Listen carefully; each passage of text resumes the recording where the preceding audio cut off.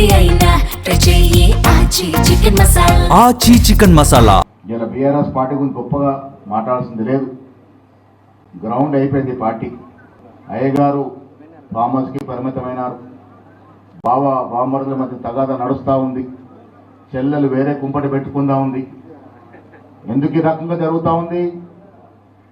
దోసుకున్న సొత్తులో వాటాల తగాదా వల్ల వీళ్ళ బీఆర్ఎస్ పార్టీ రోడ్డున పడ్డది. వాళ్ళు ప్రజల గురించి ఏం ఆలోచిస్తారు, ప్రజలకి ఏం మేలు చేస్తారు? ఈ రాష్ట్రాన్ని అప్పులమయం చేసి దివాలా తీసి ఫామ్ హౌస్కి ఒక నాయకుడు పరిమితం అయితే ఆస్తుల పంపకాల కోసం ఇంట్లో తగాదాలు అవుతున్నట్టు సందర్భంలో వారు ప్రజల గురించి ఏం ఆలోచిస్తారనే మాట నేను మీ ద్వారా ప్రజలకి అడగదలుచుకున్నాను. ఈ రాష్ట్రంలో కుల మతాల్ని రెచ్చగొట్టే బీజేపీ పార్టీకి అవకాశమే లేదు. గతంలో అవకాశం పొందిన బీఆర్ఎస్ పార్టీ ఎలా నేలమట్టమైంది.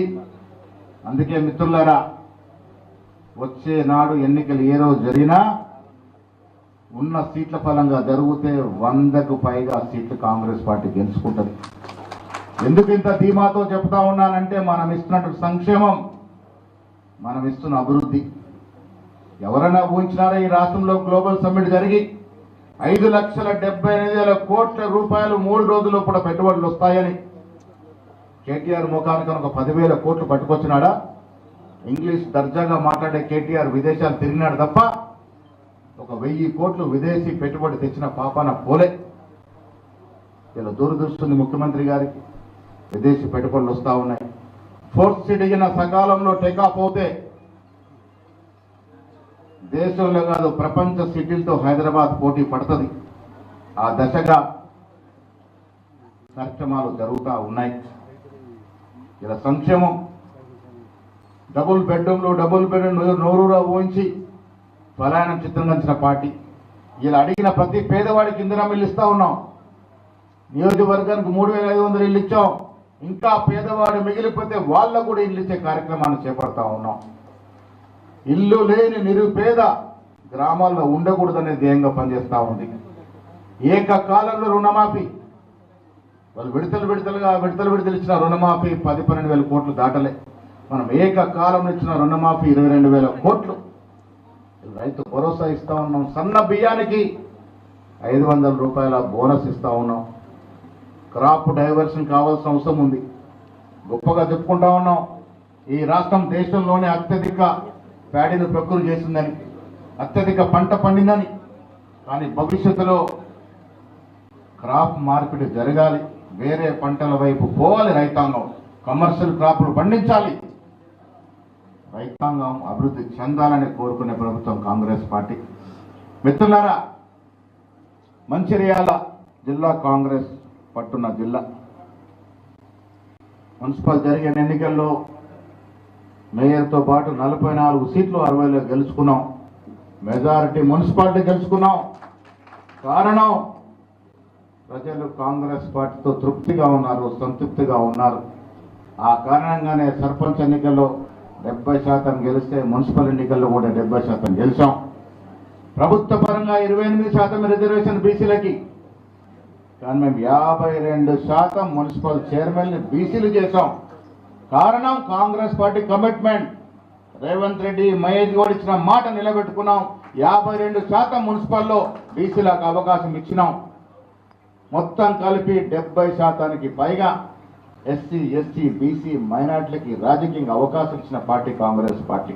భవిష్యత్తులో కూడా ఇస్తామనే మాట ఈ సందర్భంగా మనం చేస్తా ఉన్నాం. కాంగ్రెస్ పార్టీ మూల సిద్ధాంతాలనే ఈ ఒరవడి ఉంది. పేదవానికి న్యాయం చేయాలని తపన ఉంది. కాబట్టే ఇలా ఖర్గే గారు, సోనియా గాంధీ గారు, రాహుల్ గాంధీ గారు, ప్రియాంక గాంధీ గారు దేశం కోసం పాటుపడతా ఉన్నారు.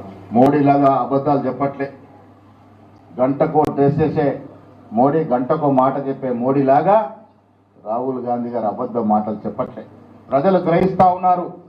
మోడీని అర్థం చేసుకున్నారు. మోడీ మోసాలను అర్థం చేసుకున్నారు.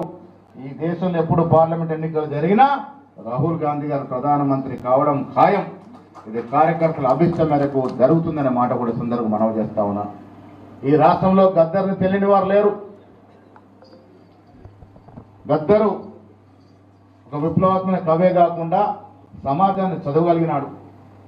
తెలంగాణ పోరాటంలో గజ్జగట్టి నాట్యమాడి తెలంగాణ సాధన కోసం ఎంత కష్టపడడం మనకి తెలుసు. అలాంటి గద్దెల గురించి ఇలా అమిత్ షా మాట్లాడుతూ ఉన్నాడు. అమిత్ షా చరిత్ర, మోడీ చరిత్ర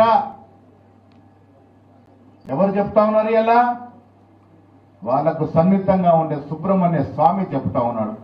సోషల్ మీడియాలో చూడండి, సుబ్రహ్మణ్య స్వామి గారు మొత్తం తెలడం చేస్తాం వీళ్ళ చరిత్ర. మోడీ చరిత్ర ఎందో, మోడీ గతమెందో, అమిత్ షా చరిత్ర ఎందో, అమిత్ షా గతమెందో సుబ్రహ్మణ్య స్వామి ఇప్పి చెబుతా ఉన్నాడు మనకి. మిత్రులు, అలాంటి వారు ఇలా త్యాగదనుల కుటుంబమైన గాంధీ కుటుంబం మీద మాట్లాడుతూ ఉన్నారు. ప్రతి కాంగ్రెస్ కార్యకర్త కంకణబద్దులై జిల్లాలో పార్టీ నిర్మాణమే కాదు, దేశంలో రాహుల్ గాంధీ ప్రధానమంత్రి అయ్యే వరకు మనం శ్రమించాల్సిందని సందర్భంగా మనం చేస్తా ఉన్నాను. మిత్రులారా, పార్టీ ముఖ్యం. ప్రభుత్వం వస్తుంది పోతుంది, కానీ పార్టీ శాశ్వతం. పార్టీ లేని ప్రభుత్వం లేదు.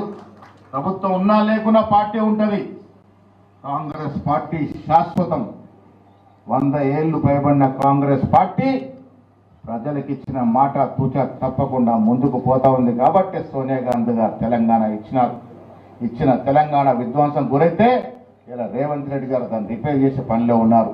బట్టి గారు దాన్ని రిపేర్ చేసే పనిలో ఉన్నారు. మెల్లమెల్లగా కట్టుకుంటూ పోతా ఉన్నాం. ఇలా ప్రజలు అర్థం చేసుకుంటా ఉన్నారు, మనతో బాసటగా నిలుస్తూ ఉన్నారు. అందుకే మిత్రులారా, పార్టీ పటిష్టం కోసం నేను ఇక్కడికి వచ్చాను. ప్రతి కార్యకర్త పదవి వచ్చింది కదా తృప్తి పడితే కాదు. పదవి వచ్చిన తర్వాతనే పని మొదలవుతుంది. పదవి వచ్చిన తర్వాతనే బాధ్యత మొదలవుతుంది. ఇంకా బాధ్యత పెరిగింది. మీది మంచిర్యాల జిల్లాలో కాంగ్రెస్ అంటే కంచుకొట్టిన విధంగా మీరు ముందుకు పోవాల్సిందని మనవి చేస్తా ఉన్నాను. ఎస్ఐఆర్ పేరిట ఓటు తొలగించే ప్రయత్నం జరుగుతూ ఉంది. ప్రతి బూత్లో BLA-2ను అపాయింట్ చేసుకోవాలి మీరు. ఆ BLA-2 పర్సనే మన ఓట్లను కాపాడుతాడు. మనవి కావనుకున్న ఓటు తొలగించే దుర్మార్గమైన పని బీజేపీ చేస్తూ ఉంది. కాబట్టి దాన్ని అడ్డుకట్టు వేయాల్సిందిగా నేను ముందుగా మనవి చేస్తా ఉన్నాను. మిత్రులు, మళ్ళొక్కసారి చెప్తా ఉన్నాను, నేను కానీ మంత్రులు కానీ ఇక్కడికి వచ్చినామంటే మీలో కొత్త ఉత్సాహాన్ని నింపడానికి, మీ బాధ్యత గుర్తు చేయడానికి, మీ భవిష్యత్తు కార్యాచరణ ఇవ్వడానికి, ఈ జిల్లాలో కాంగ్రెస్ పార్టీ మరింత ప్రశ్న చేయడానికి, మీరు తీసుకొచ్చే చర్యలు చెప్పడానికే మేమందరం ఇక్కడికి వచ్చామనే మాట నేను ఈ సందర్భంగా మనవి చేస్తూ, మీకు నియామక పత్రాలు ఇవ్వడం అనేది ఒక సంతోషకరమైన వార్త, సంతోషకరమైన ఘటన. ఈ ఘటన ద్వారా ఉత్తేజన మీరు ఈ జిల్లాలో కాంగ్రెస్ పార్టీకి మరింత చొరవ చూపాలని, తద్వారా వచ్చే ఎన్నికల నాటికి ఒక్క సీటు కూడా పోకుండా పొల్లుపోకుండా గెలుచుకోవాలి.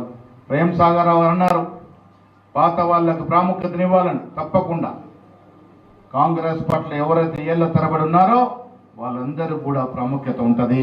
కానీ కొంత కొత్త నీరు కూడా కావాల్సిన అవసరం ఉన్నది. కాంగ్రెస్ పార్టీ మహాసముద్రం. ఇంత గొప్ప సముద్రంలో కొత్త నీరు వస్తూ ఉంటుంది, కొత్త వాళ్ళు కూడా అవకాశాలు వస్తూ ఉంటాయి. కానీ పాత వాళ్ళకే ప్రయారిటీ ఉంటుందనే మాట కూడా నేను ఈ సందర్భంగా మనవి చేస్తా ఉన్నాం. ప్రేమ్ సాగర్ రావు కష్టకాలంలో పడ్డ కష్టం అందరి మధ్యలో ఉంది. రావాల్సిన అవకాశం రాలే, భవిష్యత్ తేలుస్తుందనే మాట కూడా ఈ సందర్భంగా మనవి చేస్తా ఉన్నాం.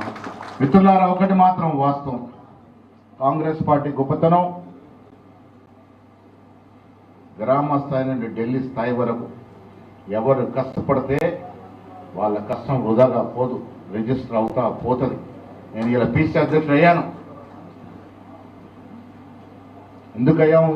కష్టపడుతూ పోతూ వెనక్కి తిరగకుండా పనిచేసుకుంటూ పోతే హైకమాండ్ గుర్తించుకుంటూ పోతారు. ఇలా వెంకటస్వామి గారు ఎన్నో ఏళ్ళుగా కాంగ్రెస్ పార్టీకి సేవ చేసినటువంటి పరిస్థితి, ఈ ప్రాంతంలో కూడా సేవ చేసిన పరిస్థితి. వారి కుమారుడు ఇక్కడ మంత్రిగా ఉన్నారు, కార్మిక శాఖ మంత్రిగా ఉన్నారు. పార్టీ మీద అవగాహన కలిగినటువంటి వ్యక్తి, పరిపూర్ణంగా కార్యకర్తల కష్టాలు చేసినటువంటి వ్యక్తి జూపల్లి గారు ఇక్కడ ఇన్ఛార్జిగా ఉన్నారు. డెఫినెట్గా AICC ప్రధాన కార్యదర్శి మీనాక్షి గారి నేతృత్వంలో రేవంత్ రెడ్డి గారితో కోఆర్డినేట్ చేసుకుంటూ ఎన్నికల నాటికి ఇంతకన్నా బలవంతమైన పార్టీకి ఎదిగి, ఈ రాష్ట్రంలో మళ్ళీ చెప్తా ఉన్నాను, వచ్చే ఎన్నికల నాటికి మనకు పోటీయే లేదు. BRS గ్రౌండ్ అయింది. బీజేపీ మత కళాల్ని మత ప్రచారం నమ్మే పరిస్థితి తెలంగాణలో లేదు. కాబట్టి కాంగ్రెస్ పార్టీ 100కు సీట్లు పైగా గెలుచుకొని మళ్ళీ అధికారంలోకి వస్తుందనే మాట మనవి చేస్తూ మీ అందరికీ ధన్యవాదములు.